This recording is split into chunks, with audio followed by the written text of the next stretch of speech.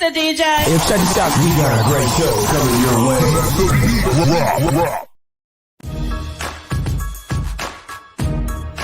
From the ECSI Sports Studios, it's the Midday Market Report with Jeff Dawson.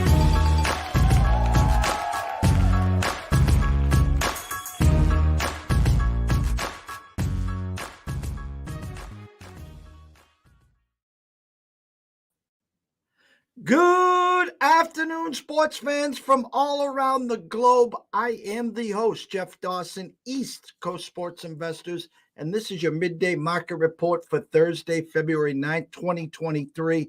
It's been an action-packed morning, and right now, blessed, honored to have good friend and colleague, Bill Krackomberger, on for a short time in between shows in the morning, shows in the afternoon. So we have a short window. So enough from me. Let's bring him on, the one and only Mr. Bill Krackomberger. You're so nice. You're just a really nice guy. Always nice to me, and I would definitely make time for you. I make time for everyone anyway, but you especially. I appreciate it. In between shows, in between vetting, which I'm running up and down. Is your show live? Like, are we live? Should I retweet it or something? Yes, please. We are live right now. I'm going to get you some people here. Of course, I don't see it in my notifications. Did you tag me? I tagged you. Boy, I tell you, man, modern day technology running around today. Oh, there it is. Okay, good. So Jeff Dawson, just retweet that. We're live. I'm going to say we are live. We are live. Good. There you go. Now, for most people in our lanes, this is like, I want to say, I compare it to New Year's Eve, which is amateur hour, meaning everyone comes crawling out of the woodwork. It's the Super Bowl, the last game, the finale of the year. For someone as professional that has been doing this for so long, explain what a day in your shoes during this week is all about. I didn't think I was going to be so busy today. To be honest with you, I didn't think there was going to be, I don't know, I'm like 75% of my bets are going to be on Sunday. I honestly hope I have enough money by then. Because this morning already, I find myself betting like 27 grand. I didn't expect that, to be honest with you. So it's just so much positive EV. There's so much liquidity, and there should be in the market on Sunday also. I'll bet a lot of my prop bets on the under on Sunday. One thing good about some of these casinos, I have really good relations, so I have a credit line here. I'm sure I can, which I haven't dug into yet, but I've done that every time I'm here. Usually Super Bowl is an all-in thing, Jeff. Like literally, I'll be firing on all sorts of things prop-wise. And I heard someone I respect on say he doesn't bet a lot of player props and he doesn't see the value in it. I don't know what I was surprised to hear him say that, to be honest with you. So there's a lot of liquidity in the market. There's lots of people in their $25 to $50 to $100 bets betting, over on all the players. And I think that the sports books with those little bets equals a lot of money in total, and they have to move the lines to get some buyback. And I think Sunday, more towards game time, will be the time for that. Of course, I do a Fox Sports Radio show on Sundays, 3 hours. This is the first week that it's going to be so tough on me because that's like the busiest day of the year for me. So we'll see. We'll see what happens here.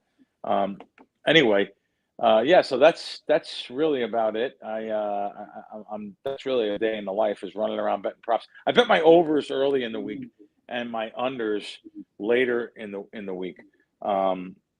It's funny. I just got a text from the great Jerry Eisenberg, was a great reporter. He's 92 years old, and I just put him on hold for you, Jeff. He's the best. This guy, Jerry Eisenberg's a legendary guy, one of my best friends. 92 years old, like I said, right for the New York Star Ledger, and just a really good guy. Anyway, My overs early in the week, I was saying. So overs early in the week, unders late, and like I bet over Sanders.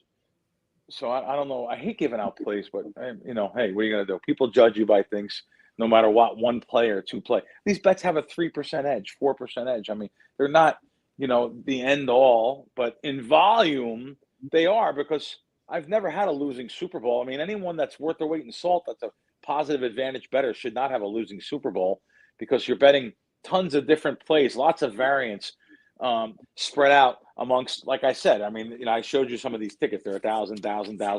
So they're all free, these are 8 different bets here that I bet over a couple times. And, with so much variance, you should have a positive return. I always have 2, 3, 4%. Sometimes I had a 10% plus 10% return, which is sick. If that happens this Super Bowl, oh boy, it's a big one. So, but I bet I was going back to Sanders. I have ADD, as you can tell, so I'll pop all around. Sanders, I think this is going to be if it plays out to the closer game the bookmakers think it's going to, I think they'll use Sanders a lot more in the backfield. I like his carries over more than his yardage, because if he gets 2-3 yards on a carry, doesn't really do nothing for your yardage play. He only gets 14, 15. I'm hoping he gets that many. Over 12.5 minus 35 and minus 40. I think it's the 2 bets I made on him. I think we'll get a lot of the workload back there, but like the last 2 games, he did not. So the last 2 games he did not, because they were blowout games. They blew out the Giants and they blew out San Fran. So they wanted to save him. They didn't put him in the backfield. They put the backups in there. The last 2 games. So as long as it's a close game, like it's supposed to be, like the bookmaker says it's going to be, I think they'll use him a lot more back there. So I did bet his over early in the week. Again, I want to bet the overs early in the week, and then the unders more late in the week, starting on Saturday night, even Sunday. Sunday is going to be the big 3-4 hours before the game will be the big thing for me. So anyway, what else you have? I'm sorry, I'm going off on tangents. Literally 11 shows scheduled in 24 hours here. So and we can't thank you enough for this window. And no, of course. I tell you what, you're talking about making the rounds. You're not that far from me, but it sounds like you might be coming local. So make sure you hit me up. How far are you? How far are you from Encore? I'm an hour away. Really? Because I vacationed up in Cape Cod back when I was, a kid. My wife's grandparents had a house there.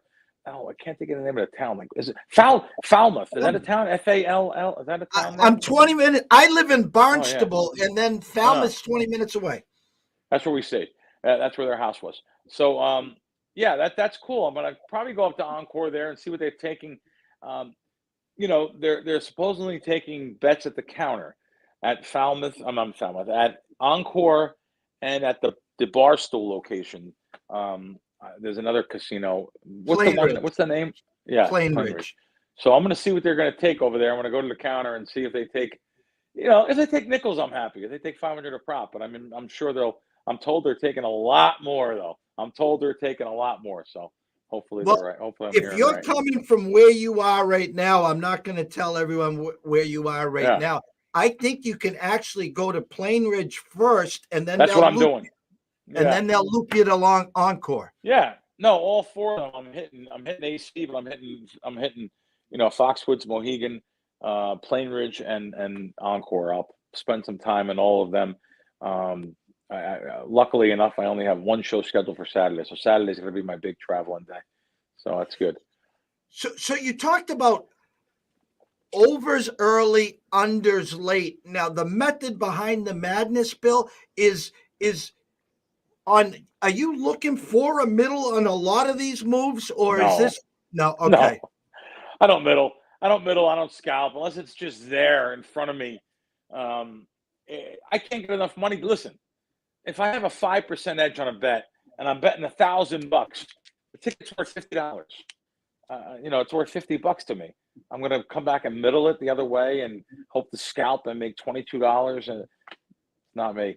Now, granted, I started in the 90s middling and scalping. That's how I built my bankroll up. I was literally, this is before the internet, by the way. There was no Don Best. Well, they had Don Best, but there wasn't no internet. So literally, I was, scalping with books in Australia, books in England. Gary Bowman's in England, Australia. I played Canterbury Downs. There was a couple other ones that were there. Some guys' names I can't think of real quick. There's places in Jamaica, believe it or not, that I was playing, and with great middle opportunities. And if you had local guys, oh my God, if you had local guys between the locals and the sharper account, some of the sharper sports books and stuff, boy, it was really unbelievable. By the way, I was working 2 jobs. I had $1,000 in the bank. I sent $500 to 2 sports books. They doubled the deposits. They made them $1,000 each, and I had some of the best mentors in the business that showed me the right way in life. And I was a sucker. I was a loser. I was a losing gambler. I grew up in a family of gamblers. I grew up in a family and they were having fun. It was not cutthroat, but my dad was a country guy, introduced with my mother, the Italian from the Bronx, that totally turned him into a degen, like we all were. We all were degens. All my Italian uncles and stuff, every weekend, they're playing pinochle, and the girls played continental, the guys played pinochle, and it was always for money. I grew up in a boardwalk town that had gambling all the time. It was Vice Central. Growing up on the Jersey Shore, drinking, drugs, girls, alcohol, like I said, now state lotteries, casinos, racetracks, and now there's sports betting. I mean, it was really tough as a kid, even though I don't drink, smoke, or do drugs. I never have. I was always a leader. I was always trying to be a team leader. And I think the responsible gambling aspect of it means a lot too.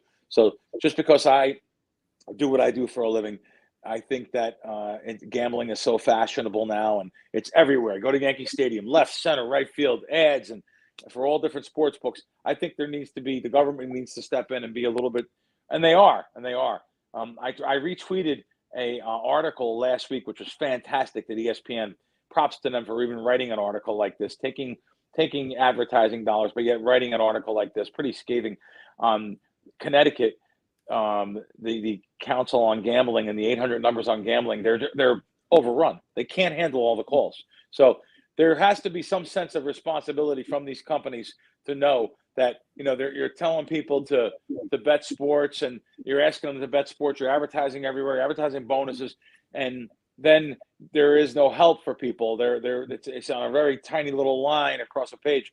So I'm glad to know that there is some responsible gaming out there. Jersey is pretty good at it, and they need to know that, because these online casinos they have, they're ruining people's lives. That's what does it. It's the online casino portion. It's when the games are over and everyone's in bed and stuff. That's you're playing in your underwears, or you're sneaking into the couch when your kids and your wife are asleep, and it's just it's tough. But anyway, that's not what we're here for today. I'm sorry to go off on tangents. I just like to point that out too, though.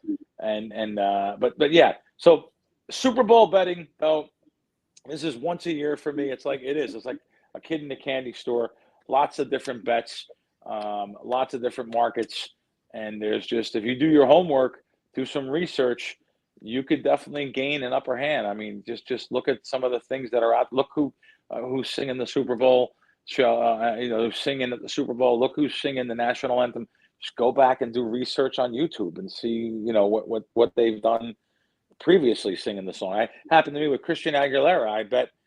I went back and looked. She sang at a hockey game a couple nights before the Super Bowl, by the way. So just look at the time that she sung each time, and then sure enough, she sang the song and the national anthem. She forgot one word, THE, and the canceled my bet. Scary bets now. You don't want these books taking shots at you too. Someone sent me a text of one of the sports books that were saying that the rules of the national anthem or something. I was like, what? He sent me the actual thing. I'm going to read this to you. Ready? Wager is based on first lyrics sang by Rihanna. Any wager after that, after relevant info becomes public knowledge, will be graded as no action. What does that mean? That's a total shot the sports book's taking at you. Literally, it's so if it becomes public knowledge, we're not going to count your bet. Well, what does that constitute? What's public knowledge? Like, be careful. Don't let them take shots at you. Don't let these sports books take shots at you with and with words like that. So you want to make sure what you're betting. You know what you're betting. Know exactly what you're betting. And that's just one example, though, of things. There's some fun stuff, the Gatorade dump and stuff like. There's some fun stuff. Have fun with it. Don't go crazy. Don't overbet your bankroll. Still stick to the 2-3%. Listen, if you have $10,000, let me just tell you, $10,000. You're supposed to bet $200. I'll give you $300. You want to bet 3%? Bet $300 a play. If it's positive VV, $300 a play, you can be all in. It's 30 bets. I mean, you know, literally with the juice. So you could be all in on this stuff. Just you know, don't bet without the knowledge of what. Don't get caught up in the moment of everyone else betting, the noise, everyone's drinking, having fun, the lights, the neon, the gambling, the noise around. People get caught up if you're in a sports book. You get caught up betting stuff that you normally wouldn't bet this kind of volume. Sometimes going to a property, you feel like you have to bet more. Like when I'm in Atlantic City, go to the Borgata, it's so classy and elegant. Like you want to bet more to keep up with the Joneses. Not the way to do it. You will go broke. You are preaching to the. I can't believe. Yeah, You're this saying is all off experience, though. It's all off being a sucker. It's all off losing money. You know, this has happened 30 years ago to me. I was Joe Public. I'm still Joe Public. I drive a Kia. I always say that. I'm a regular guy, man. I'm not out there driving a Rolls Royce truck and trying to brag and throw my money around and act like I'm someone. When they filmed action, they wanted me to walk around with 100,000. That's not me. I don't do that. I want to relate to the audience that's betting now. I want to relate to them that's betting sports now, betting then grinding away, trying to make a little bit of money, not trying to be big shots and that. Sometimes it may come off like that sometimes, but that's not the way it is. I'm a grinder. I don't recommend this. I don't recommend sports betting. If I had kids, I wouldn't recommend the sports bet. I wouldn't want them in the sports betting game. There's so much competition now. The sports books cut you down to a peanut. There's so many different things. You don't want to be meeting street bookmakers, you know, paying and collecting. A lot of these geniuses that are the originators of games, I love to see what happens to them when they're trying to pay and collect off half a wise guy. They not only would not get paid, they'd get beat up and take all the money out of their pocket. So anyway.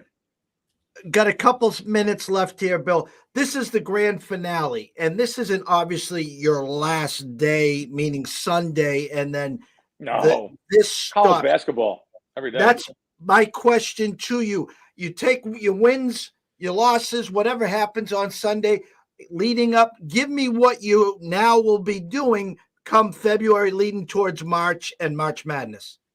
You know, I may go down. It's been a really, really grueling schedule this year. I committed to a lot of things, committed to Fox, and I not only do I do the Fox show on Sunday, I do other hits on other shows that they have. You know, Doug Gottlieb, Colin Coward, you know, all along different shows that they have. Podcasts I do for Fox. It's been a grueling time for me with doing my regular shows in there. So I'm doing about 7-8 shows a week. Plus I'm trying to bet. You have to have time to bet. I could never do a show 5 days a week, 3 hours a day. Never. I don't know how people do it. I have no idea. It's impossible. I wouldn't be able to bet sports. So I'm probably going to go to Florida for a little bit and just chill out there and try to, you know, just have a week or two just relaxing. But I'm still going to be betting college basketball. I can't stop that. I have too much of an edge, especially when it comes up to, you know, you got conference tournaments coming up. You have, I bet a lot of totals. So you have, of course, March Madness too. Oh my God, the first round. I've never lost first round of March Madness. Some great advantages, great little nuggets of information I'll give guys. But yeah, so this weekend, props, Super Bowl, and not really a big position on a side. I did bet plus 1.5 on the Eagles when the line came out, but not that I'll have nothing like that. I'll be rooting for really nothing. I'm really rooting for the prop bets and stuff more. I'll have more money in volume on props than I'll have on the side or a total in the game. And then we go off to, you know, basketball, college basketball. So bring me on for March Madness. I'll give you guys some great nuggets that first week of the big dance. 100%. I got a one-way ticket right now, Sure. March 20th. Monday, nice. I'll be landing in Vegas for a couple weeks. I know we're going to go out, grab some lunch, some dinner. Yes, please. And we will make sure, and we'll be reconnecting prior to that. So I know you're real busy. I've had the scroller going the whole time. Anyone watching and listening, not following, go to Twitter at Bill Crackman, at Fox Sports Radio, at Crack Wins. The guy's a legend. He lives, drinks, breathes this stuff. Thank you, Bill. All right, buddy. I appreciate it. Nice to talk to you. I got to jump on another show. Take care. You take care. Thanks. The one and only Bill Krackomberger joins us for 20 minutes, as now I think he's jumping to Fox Sports as we speak. We couldn't have been happier to have him on board. He's not too far away from me right now, actually. He's in Connecticut right now. He showed me a stack this big that he was getting down, going to head and make the loop to Plain Ridge and then to Encore. So maybe I can tiptoe out of the office and sneak on and maybe see him and grab a quick bite with him. Thank you, Billy. And thank everyone watching and listening this morning with Mr. Merges, John, and obviously with Bill Krackomberger at 2:30, actually 3 o'clock today. Dan Alexander, Newbie Talks, all gun-ho, fly, Eagles fly. He'll be giving us a bird's eye view, no pun intended, on what he's hearing, what he's seeing back home in Philly as we get closer to the Super Bowl there. Going to try to sneak in the closing bell with my co-host Riley Magnuson, Southside Riley. See if we can get everyone caught up on the game slate tonight. And then at 9 o'clock, myself and Brady Tinker, Sportsbook Confessions, will give you a preview of the Super Bowl, what we're hearing, what we're seeing. Maybe a little Kyrie talk, maybe a little KD talk. The Phoenix is now they're the favorites out west. We will see. But again, thank you guys. Thank you. And thank all our guests. We're not in Radio Row this year. We're Radio Row Cape Cod style this year in our studio. Next year in Vegas, we will be live on Radio Row. But who needs it? When we got guests like this coming in, I'm saving the miles for another time. So for myself, Jeff Dawson at ECSI Sports Invest, from Bill Krackomberger, Bill Crackman, we thank you and we will see you soon.